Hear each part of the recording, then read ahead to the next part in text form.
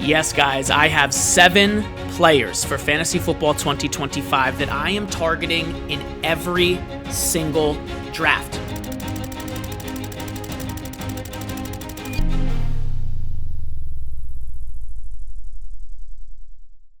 Last year, some players that are similar vibes to the ones that we're going to discuss today. Jackson Smith-Njigba, Chase Brown, Trey McBride. Every time I drafted last year, doesn't matter the league, the format, whatever, I was monitoring if I could draft those players. And those 3 in particular, JSN, Chase Brown, Trey McBride, they worked out. I used the same line of thinking that I used for these guys today on them last year. So without further ado, let's just jump right into the list, and we will begin with Trevian Henderson. And he reminds me just a ton of Bucky Irving last year versus, if you will, Rachaad White. Except this time, instead of Rachaad White, it's Ramondre Stevenson.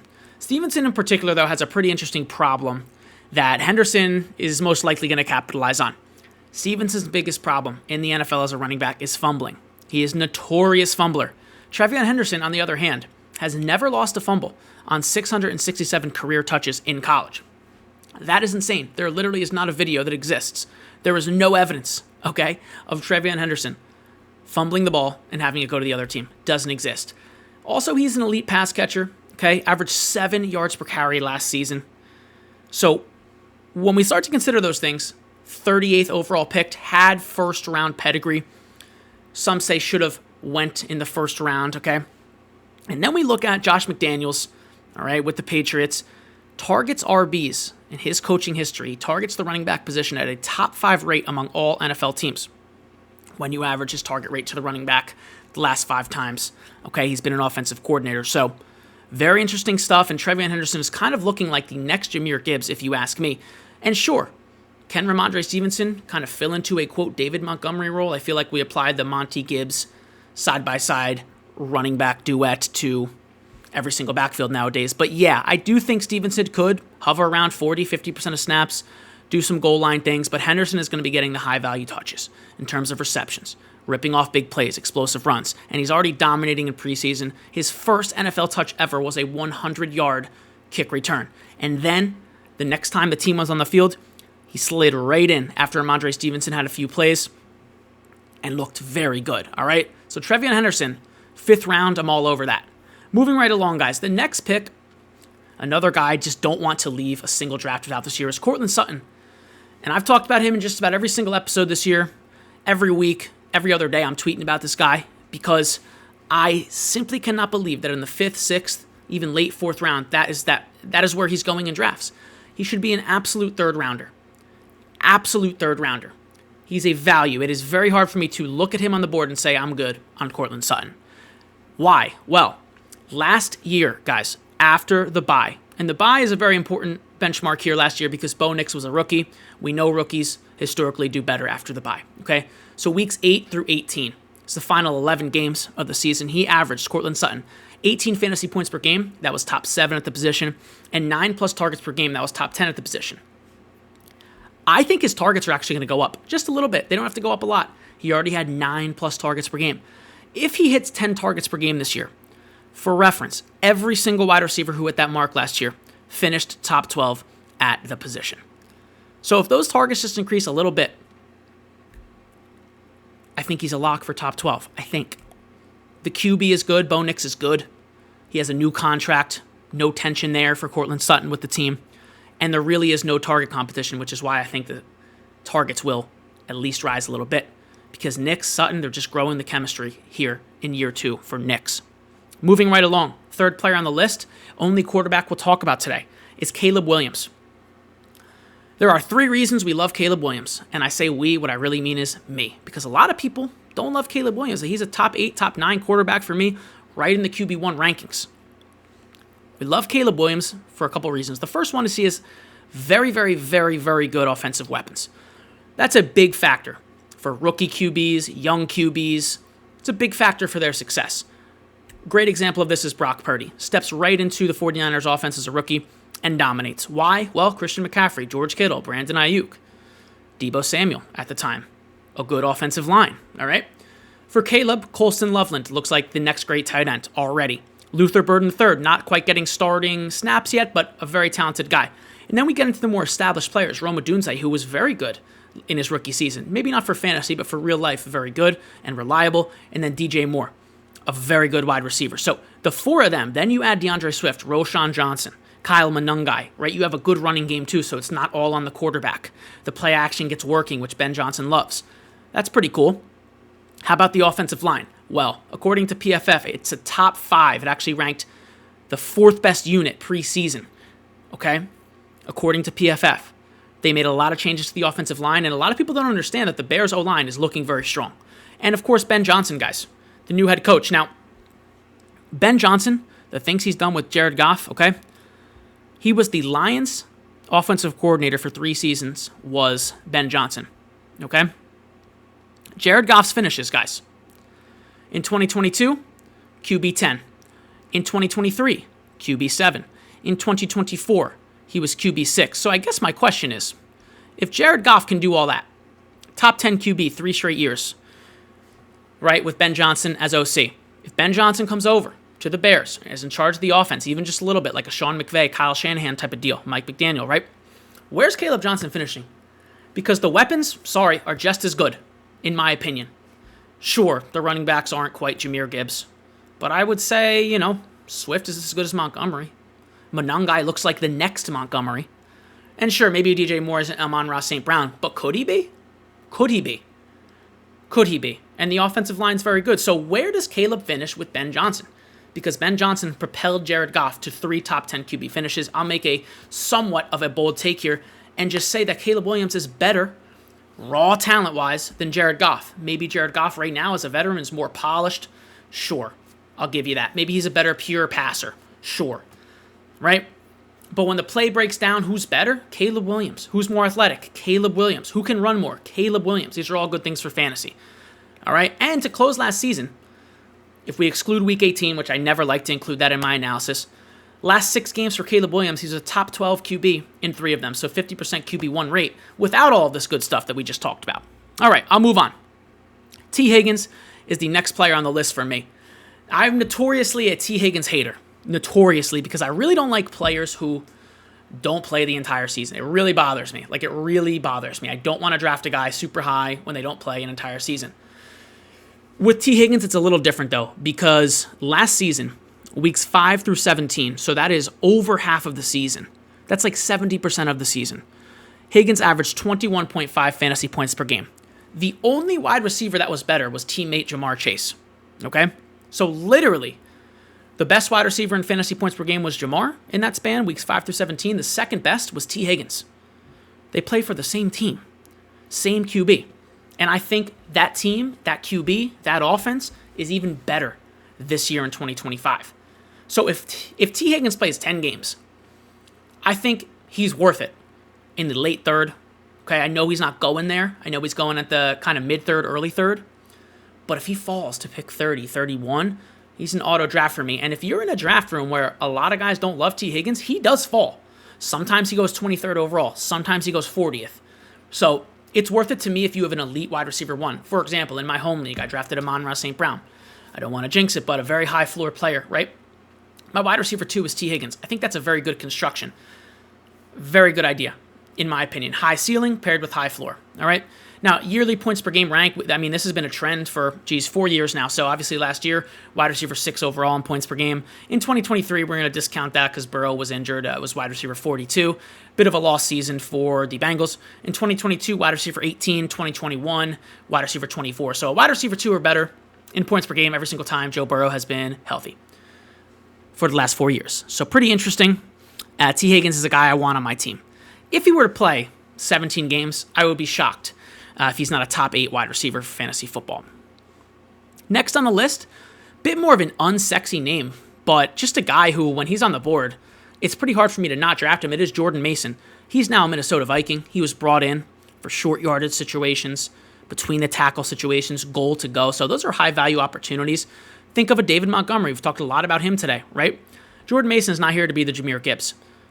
I think Aaron Jones, that's his job, and he can't do that. With that being said, Jordan Mason, let's just focus on what he's here to do, is to do the David Montgomery stuff for Minnesota.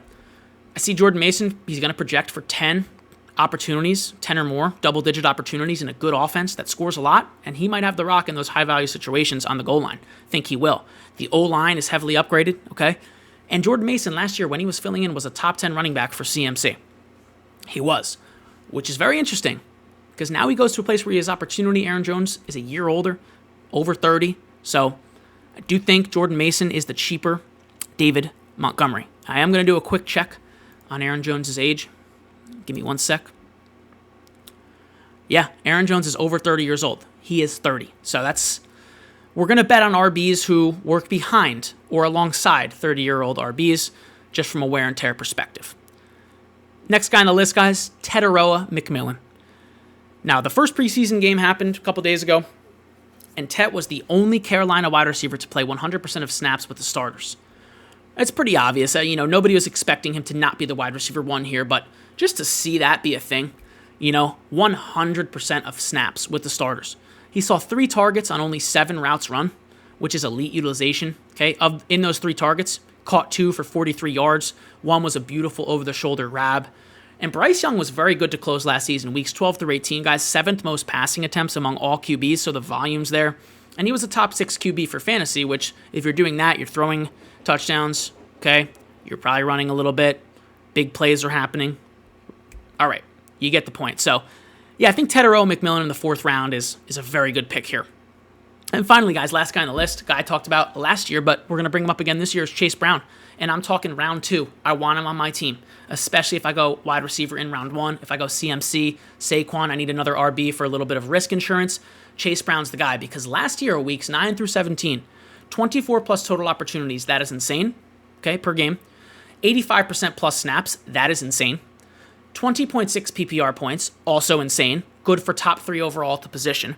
And he led all running backs in targets per game as the starter. Chase Brown did. Last year, 6 targets per game. Most among all running backs.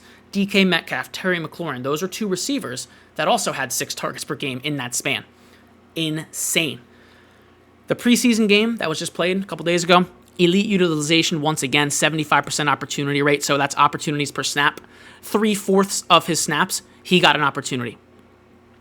Yeah, well, it's a funny way to say it, but yes, 75% of the time he was on the field, he was getting targeted or getting the ball. 50% route rate, so when he routes per snap, 50%. So I believe he played 12 snaps, he ran a route on 6 of them. It really is just the utilization here in an elite offense that we talked about before. He's the second Bengal on the list. I think Joe Burrow's an MVP candidate like he is every single year, right? So this is like a Christian McCaffrey light sort of scenario here for Chase Brown. As always, guys, we're going to jump right into a mock draft, all right? We'll start it up, randomize the order here. When we get the 102, Bijan Robinson goes off the board. So, for me, guys, the 102 is a great pick. 104 is my favorite. 102 is great. We will go with Jamar here in the 102. And we'll kind of just see how these players begin to show themselves to us on the board here. I'll go ahead and remove my face cam for you guys so you can see the board. All right? So, the first round goes as follows. Bijan, we get Jamar at the 102. Saquon, Jefferson, Lamb, Nakua at the 106. That's very early for him, but we are playing computers. Gibbs, Henry, Genty, Achane, Neighbors, and St. Brown through 12. Then Collins and McCaffrey at 13 and 14. London at the 203, followed by Jacobs, Bowers, McConkey. Brian Thomas makes it all the way to the 207. A.J. Brown, Jonathan Taylor, Bucky Irving. And we are back on the board here at the 211. Now, Chase in 1, which means I'm just not very into receiver in the second round. It's the deepest position, in my opinion. And with that being said, we just don't need another one here if we already have Jamar Chase. Now, Kyren Williams is on the board, Chase Brown. And this is pretty interesting. We will go Kyren Williams here with the pick. Now, I get the question a lot. If I have Jamar, can I take Chase Brown? Yes. If I have Chase Brown, can I take Joe Burrow? Yes, that is a stack. If I have Jamar, can I take T. Higgins? Probably not. Probably not my favorite thing to do, in all honesty. All right, so we went Kyren Williams to the 211 with the new contract. I do think he is smash pick here in the end of the second, beginning of the third, mid-third, anywhere there on. Once you get into Bucky Irving, JT, Chase Brown, he's in that category. Trey McBride goes at 212, and Chase Brown goes at 301. I was hoping one of those 2 players would make it back to us, so we're kind of in a funny situation here for the pick at the 302. Now, Josh Allen's still on the board. He might end up being the pick. For RBs, here are some players I don't want to take here who are leading the board, if you will. Breece Hall, James Cook, Marion Hampton. I'm good on them right now. Right now. If it was mid-third, late-third, sure. Not Breece Hall, but Hampton, sure. At wide receiver, we have JSN, who I really like here, but I want to go not early wide receiver when we have Jamar. And tight end, George Kittle's the next guy up. So for us right now, it is Josh Allen. Josh Allen, 26th overall, is a value. I mean, we have Josh Allen, Kyron Williams, and Jamar Chase through 3 rounds here. All right. By the way, the roster construction is 1 QB, 2 running back, 2 wide receiver, 1 tight end, and 1 flex. We're just doing 10 rounds, get a start to the draft, and go from there. So coming back to us, we're looking pretty good. If Kittle's on the board, he is not. Kittle is never on the board in the late 4th, so we're going to miss him. And we're going to see who's available, okay, at tight end in the 5th and 6th. Actually, the 6-7. We're going to wait and go at the 6-7 turn, we'll look. So this pick, it's not going to be QB. We have Allen. It's going to be running back or wide receiver. So at the running back position, Chuba Hubbard, James Conner, Joe Mixon, bit of a dead zone. Isaiah Pacheco, and there he is, Trevian Henderson, who might just be our 5th round pick. So if we look at the wide receivers, DJ Moore, Courtland Sutton, this is what I'm talking about. Courtland Sutton, welcome to the team at the 4-11, basically a 5th round pick. And then at RB, 502, we will take Trevian Henderson. So there are 2 guys we discussed today. I think I reached on them a little bit. I definitely did, but I'm fine doing that, okay? Because even though I'm reaching on their ADP just a bit, Sutton is a 5th rounder. We took him at the end of the 4th. Henderson is a late 5th. We took him at the early 5th. They should be going well before where we picked them. Okay, so even the, quote, reach is still a value in my opinion. Now we're back up in the 6-11. Let's look at tight end. Kelsey's on the board. I don't see anybody else we'd want to make it back to us on the turn. Mark Andrews, Ingram, and Njoku, too early for them, so we'll take Kelsey in the 6-11. And now this next pick will be a running back or a wide receiver. Let's look at which is stronger, our running backs or our wide receivers. Jamar Chase and Sutton, very strong, versus Williams and Henderson. So the RBs are weaker. We're going to take RB here. Looking at the board, Quinshon Judkins, no. Tony Pollard, maybe. Caleb Johnson, Brian Robinson. Yeah, I like these picks here. We'll go Tony Pollard. With the Spears injury, he's going to get like 70% of the snaps. And when you have a rookie like Henderson, right, or you have a Caleb Johnson, or that's really all I got right now, and RJ Harvey, maybe, although he seems to be the starter, you want to target guys who are going to get early volume, okay? Tony Pollard, Jalen Warren, Tyrone Tracy, these unsexy picks, Brian Robinson, who are going to get volume while the rookie, if it's on same team or not, eventually breaks out. All right, in the 8th round, we'll probably go wide receiver here. Ricky Pearsall's on the board. Welcome to the team. Any running backs we like? Javonte is a great pick here in the 9th. Wide receiver, probably just go Emeka Egbuka here in the 9th. And in real drafts, he's going a bit earlier. Sleeper is lagging on the ADP just a little bit. Still going in the 902 here. So if he's available there, it's an absolute smash pick. And our final player here coming back to us in the 10th round is going to end up being a running back. Let's see who it is. Charbonnet off the board. Caleb Williams goes 1007, which is just such a great pick. And we're back at the 10-11. Tyjae Spears on the board. J.K. Dobbins, Tank Bigsby. Actually don't love any of those names. Let's look at wide receiver. Actually don't love any of those names. Jake Ferguson is on the board. We don't really need another tight end. You know what? I'll take another tight end because Kelsey's a little risky with the age. So final team, guys, looks very good here. Josh Allen at the QB. Kyron Williams, Trevian Henderson at our 2 running backs. We have Jamar Chase, Courtland Sutton, Travis Kelsey at the flex, Kelsey at the tight end, Tony Pollard at the flex, and then the 3 bench spots are Ricky Pearsall, Emeka Egbuka, and Jake Ferguson. Guys, hope you enjoyed the show today. Those are 7 players or so that I love targeting in every single draft this year.